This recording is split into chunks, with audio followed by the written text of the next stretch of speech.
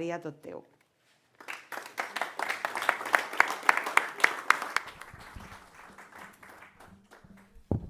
Perfecte. Moltíssimes gràcies. Un plaer poder estar aquí, compartir algunes idees. Deixeu-me que comenci amb una anècdota. Deu fer 20 anys. Recordo parlant amb una persona d'una consultora, auditora, les Big Four, per entendre'ns, que em parlava d'una empresa que li havien fet una memòria i tal, i jo li vaig fer el comentari de dir, ostres, però en aquesta empresa hi ha elements, han tingut queixes públiques, crec que hi ha hagut alguna multa per temes de llengua, com pot ser que no hagi aparegut en la materialitat, el que tècnicament en diem la materialitat, els aspectes rellevants, i la seva resposta va ser, ostres, no se'ns havia ocorregut. Immediatament, jo, sortint de qualsevol posicionament polític, ideològic, purament metodològic, dic, home, doncs em preocupa que si aquí hi ha un aspecte que clarament és material, si aquest no ha sortit, quants altres n'hi ha que potser no han sortit? Clar, és per això que el meu esforç i el de, penso, unes quantes persones que estem situades en aquesta lògica de la responsabilitat social és d'integrar els temes de llengua amb tota normalitat metodològica dintre de la gestió de la responsabilitat social. I penso que Catalunya hauria de destacar, però em volia posar el cronòmetre i me n'he oblidat, el poso ara.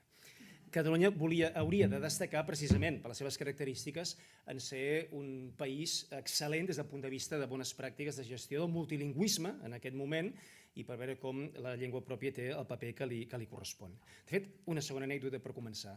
Ara fa uns anys des de Respon.cat en els premis que celebrem cada any, 27 de gener, aprofito falca publicitària, tenim l'acte dels premis a la Casa Llotja de Mar. Recordo que va haver uns anys que vam reconèixer empreses, organitzacions que excel·lien en la gestió de la diversitat d'origen. En vam premiar 4. Vam haver de declarar el Premi Desert i no vam convocar més perquè, de fet, parlant amb empreses ens deien sí que fem coses, però no ens ho podeu reconèixer perquè ho tenim molt poc sistematitzat, o fins i tot abans fèiem classes de català per persones nouvingudes i ara ja no fem ni això, amb la qual cosa et trobes que dius, home, si en el món anglosaxó els temes de diversitat d'origen els gestionen d'una manera excel·lent, per què nosaltres a Catalunya no? O sigui, per què no són capaços de reproduir allò que fan altres i que ho fan tan bé, no? I per tant, per què no tenim empreses que siguin excel·lents en la gestió de la diversitat d'origen i per tant també en el multilingüisme donant el paper que li correspon, òbviament, a la llengua pròpia? Per tant, el meu plantejament és aquest i avui tampoc sortiré d'aquest plantejament més metodològic que crec que també des d'un punt de vista empresarial és el que ens convé de poder abordar, no? El cert és que en aquests últims anys, en el camp de la responsabilitat social, hi ha hagut un seguit de tendències. Aquí us poso d'alguna manera, quan parlem de responsabilitat social, només per aclarir, parlem de temes molt diversos, parlem del bon govern de l'empresa, els impactes laborals, ambientals, socials, econòmics.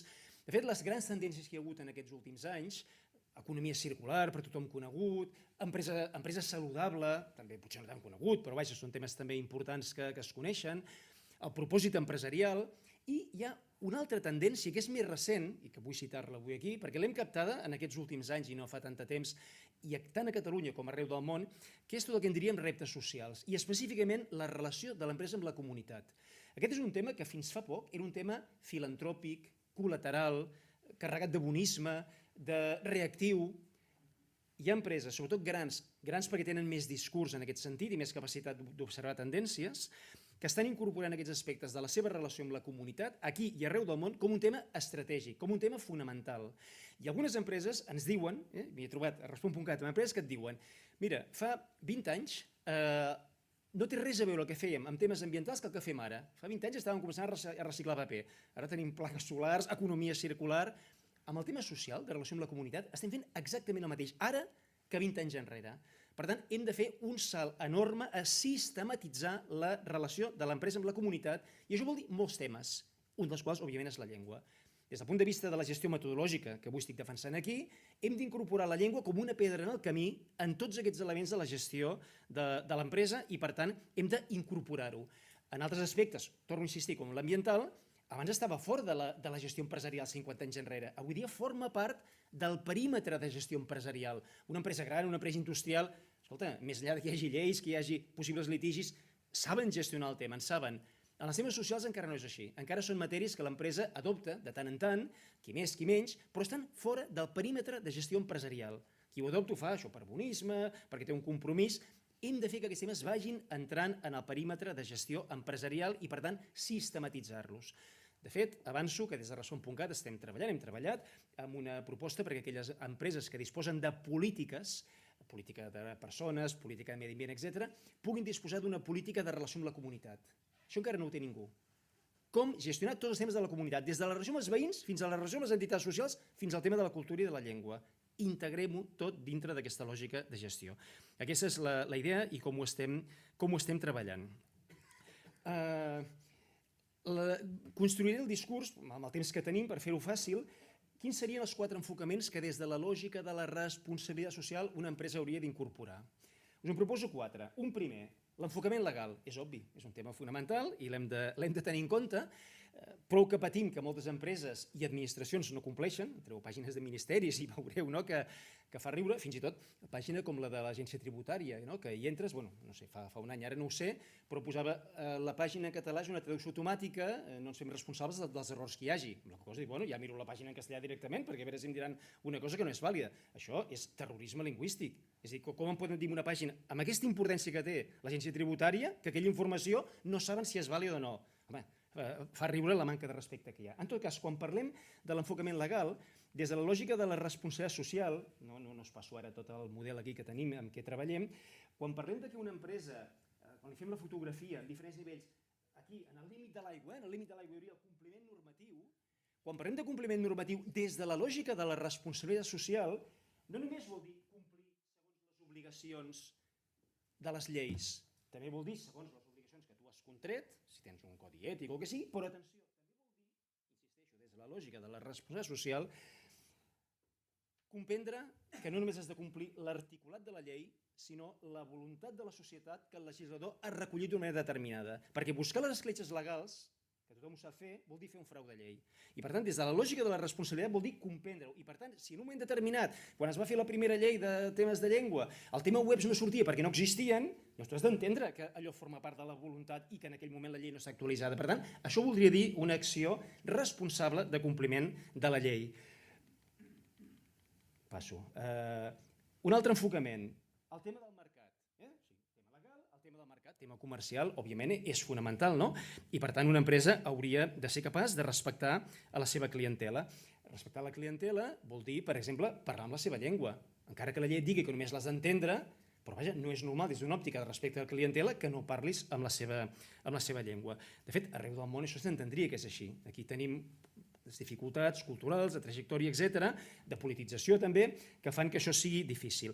Aquí hi ha un primer problema i és que a vegades quan es fan estudis de màrqueting, clar, si en l'estudi de màrqueting no et pregunten sobre el tema llengua, doncs clar, ningú ha dit res del tema llengua que els hi preocupi. Per tant, a vegades també el tema aquest metodològic té importància, perquè si no ho incorporem en els estudis de màrqueting, doncs òbviament no hi sortirà el tema. Següent, un enfocament de responsabilitat social. Per tant, marc legal, enfocament comercial, responsabilitat social. No n'hi ha prou en què jo parli la llengua amb què aquesta persona em parla, si jo estic atenent una persona no n'hi ha prou, sinó que jo com que estic en un país determinat, la salutació ha de ser en la llengua del país per convidar l'altra persona a mantenir-se en la llengua del país, ja que veig ara aquí el Manel, la bona pràctica que des de fa molts anys porta a terme Bon Preu i que crec que és un model excel·lent. I que en aquest moment hauria de ser segurament una de les principals accions, a vegades en parlem a Fundació Vincles, i defenso que si hem de triar moltes coses i hem de ser estratègics, segurament aquesta és una de les principals accions que podem fer per la importància que pot arribar a tenir. Per tant, la lògica de la responsabilitat ens hauria de portar efectivament a intentar assumir aquest compromís amb el país, amb la societat, etc. Quan parlem, però, d'aquesta responsabilitat social, hem d'entendre que a vegades des dels col·lectius, clar, cada col·lectiu, sigui d'ambiental o sigui de llengua o sigui de persones amb discapacitat, cadascú va defensar el seu i el seu és molt important. Hem d'entendre que aquella empresa té unes responsabilitats primàries, secundàries i terciàries. Quines són les primàries? Les que són inherents a la teva activitat. Si jo estic fabricant un producte tecnològic, la llengua del producte tecnològic, o si jo soc un mitjà de comunicació, és una responsabilitat primària perquè és part inherent de la meva activitat. La meva activitat es realitza a partir de la pròpia llengua. Les secundàries, quan són temes d'alguna manera vinculats en els teus grups d'interès, però que ja no formen part tant de la teva activitat. Per exemple, si tu ets un dentista i tens a la sala d'espera, tens revistes, doncs que les revistes siguin en català, perquè hi vas i no n'hi ha cap en català en la majoria de casos, formaria part d'una responsabilitat secundària, mentre que les responsabilitats terciàries són aquelles responsabilitats en les quals tu com a empresa no hi tens una culpa directa, no? Sinó que tu dius, no, jo vull sumar-me, vull ajudar a la Fundació Vincles, vull ajudar a la plataforma, vull treballar-ho des de Respon.cat, etc. Per tant, és una responsabilitat no directament imputable a tu, però que tu vols col·laborar-hi. És important entendre-ho, perquè el nivell d'exigència és molt diferent si allò forma part d'una responsabilitat dura que tu tens o bé és una qüestió en la qual tu pots col·laborar. Per tant, aquí també hem de ser estratègics per entendre en cada cas com ho hem de fer. Què passa? Que en cada empresa, en cada organització, quina és molt evident. Si tu ets una residència de gent gran i atens a les persones, hi ha persones nouvingudes que no entenen el català, és evident que és una responsabilitat primària perquè no poden atendre a la gent en llengua catalana. No? Però quan parlem de responsabilitat terciària ja és més complicat, perquè l'empresa, i lliga amb allò que deia al començament, que no hem sistematitzat, hem de fer-ho, aquesta relació de l'empresa amb la comunitat, l'empresa aquí s'hi perd, perquè no sap exactament què ha de fer i a vegades acaba atenent el primer que truca a la porta i si el que truca és el Jordi Manent i li cau bé, doncs farà alguna cosa per la llengua i si el que truca és una altra entitat acabarà fent allò, no? És una acció a vegades molt reactiva. Què vam proposar en el seu moment des de Respon.cat? Fer una identificació del que en dèiem els focus de la responsabilitat social a Catalunya. Vam fer un procés de consens que volem renovar properament amb diferents actors, públics, privats, socials, de tota mena, per dir quins són aquells temes que una empresa que operi a Catalunya, tingui la seu aquí o no la tingui aquí, però que operi a Catalunya, més enllà de que sigui un tema vinculat a la seva responsabilitat primària o no, hauríem de convidar-lo a poder gestionar. Per tant, encara que sigui una empresa del sector de la construcció, que els seus treballadors aprenguin llengua catalana, amb el nivell que sigui, no és una responsabilitat primària, però sí terciària, i serà ben valorat que aquella empresa pugui fer-ho. Quan vam identificar aquests 8 elements, un era el compromís amb la comunitat i aliances, vam dir que una empresa que operi a Catalunya, aquest és un element fonamental, i a dintre veieu que hi ha alguns aspectes com els temes d'identitat i valors, llengua, cultura, etc.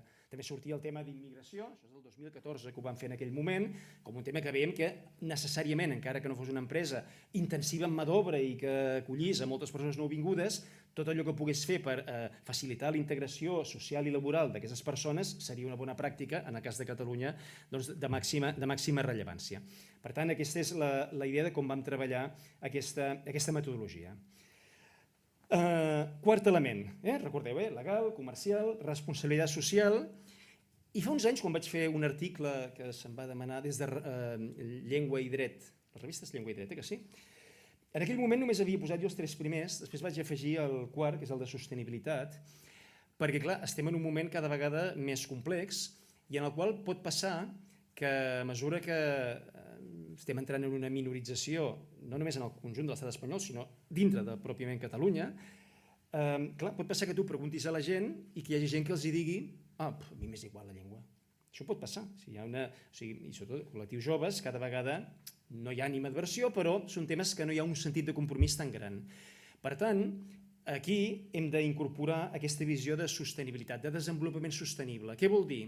Vol dir que no n'hi ha prou en què jo compleixi la norma, tingui una visió comercial de respecte a la clientela i tingui criteris de responsabilitat social, en el sentit que he explicat. O sigui que jo he d'entendre que encara que avui dia una major part de la població digués no, ho volem en castellà, nosaltres hem de mantenir un patrimoni cultural del país.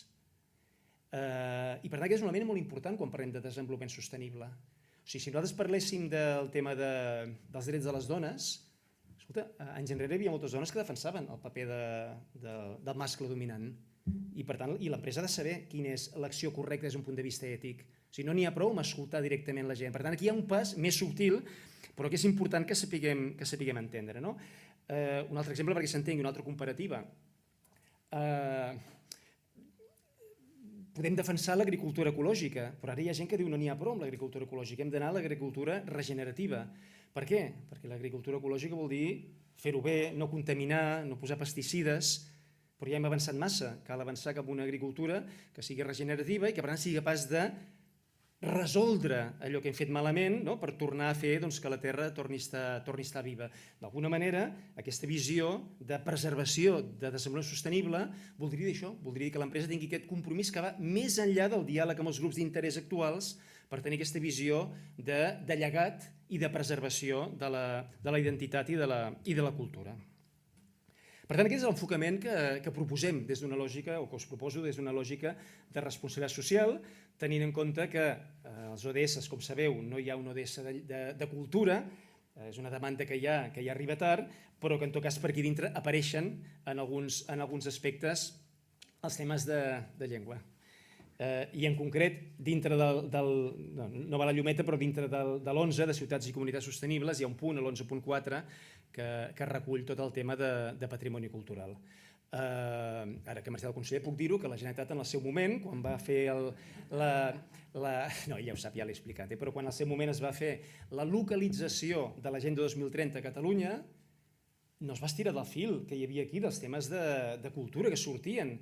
I de fet ha estat des de Respon.cat que de seguida vam agafar tots aquells ODS que d'alguna manera estaven més vinculats als temes de llengua, d'una manera molt claríssima a l'11 de ciutats i comunitats sostenibles i al 8 de treball decent i creixement econòmic, però al voltant molts altres que estaven aquí vinculats, que tenien una vinculació en aquest sentit, en tots els sentits. Per exemple, el tema de salut i benestar, el tema dels hospitals i els temes que hi ha de llengua en el cas dels hospitals. Per tant, això si algú li interessa ho tenim penjat a la pàgina web de Respon.cat i si algú vol la presentació cap problema per fer-vos-la arribar, vull dir que no patiu en absolut. Ai, espera, que ja he passat al següent. Per tant, una mica aquest és l'enfocament que fem. Des d'aquesta lògica ja veieu molt metodològica del que és la responsabilitat i amb la teoria de la pedra en el camí. Què és la pedra en el camí? Doncs que una empresa que gestioni la responsabilitat social, a mesura que va avançant i va buscant guies i va buscant materials i no sé què, s'ho trobi, que no pugui dir, això de la llengua hi entrava aquí dintre? Pensava que això era un tema de lleis, de política, de no sé què, incorporar-ho. Com han sabut fer molt millor en el País Basc que no aquí? Per tant, aquesta penso que és la lluita, que és una lluita que en gran mesura té aquest component que és metodològic. Abans, Perdó, volia comentar una altra anècdota meva, també personal. Fa uns anys vaig anar a un hotel a la Bretanya francesa i recordo que... Sí, però aquest exemple, aquesta anècdota ho vull explicar perquè a vegades et trobes que en el centre de Barcelona, no cal que us ho digui, intentes dinar en algun lloc que estigui en llengua catalana i passes tot l'Eixample i arribes a Sants tranquil·lament. I clar, hi ha persones de restauradors que et diuen que la majoria de clients que tenim aquí són expats en anglès i per tant rimen en anglès i rimen en castellà encara gràcies, perquè en anglès ja faríem. Però això forma part d'això que deia d'aquesta preservació, d'aquest sentit de sostenibilitat. Per què? Perquè quan jo vaig anar a Bretanya, els vaig enviar una carta després en aquell hotel explicant-los que jo estava agraït, que allò ho tinguessin en diferents llengües, en anglès, francès, que jo podia entendre, però que lamentava que no ho tinguessin en bretó. I que a mi, com a turista, em feien sentir malament perquè jo, amb molts altres turistes, estàvem contribuint a que ells fessin desaparèixer la seva llengua pròpia i, per tant, fos un acte de poca autoestima. I que jo agrairia no sentir-me corresponsable d'aquesta pèrdua de dignitat. I que encara que jo no ho entengui, agrairia que estigués en bretó. I que com a mínim potser marxaria d'allà sapiguent 2 o 3 paraules en bretó. Hola i adeu i 4 coses més.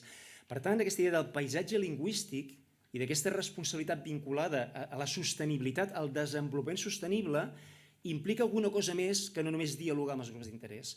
I això vol dir, a més, situar-ho, i vaig acabant perquè ho estic controlant aquí el temps, això vol dir que l'empresa ha de tenir una mirada que no només va cap al seu compte de resultats, que lògicament hi ha d'anar, i la llengua ha de servir també per fer negoci, òbviament, faltaria, però també l'empresa, i aquí hi ha moltes empreses de caràcter familiar i compromeses amb el país, i per tant s'ha de recuperar el sentit de llegat, que és el que tècnicament diem el propòsit empresarial, el propòsit ens ha de portar com a empreses, sobretot empreses familiars, amb aquesta vinculació amb el país, a deixar un sentit de llegat, i per tant no pensar en el curt termini, sinó pensar en com ho hem de fer i com ho hem de fer des d'una lògica que sigui empresarial. Per tant, les eines metodològiques ens han de servir per adquirir aquesta fortalesa per no pensar que estem fent política, perquè és que no estem fent política, perquè no és normal que un director o directora general d'una empresa canviï la llengua cap als seus treballadors, quan moltes d'aquestes persones no vingudes poden entendre perfectament el català.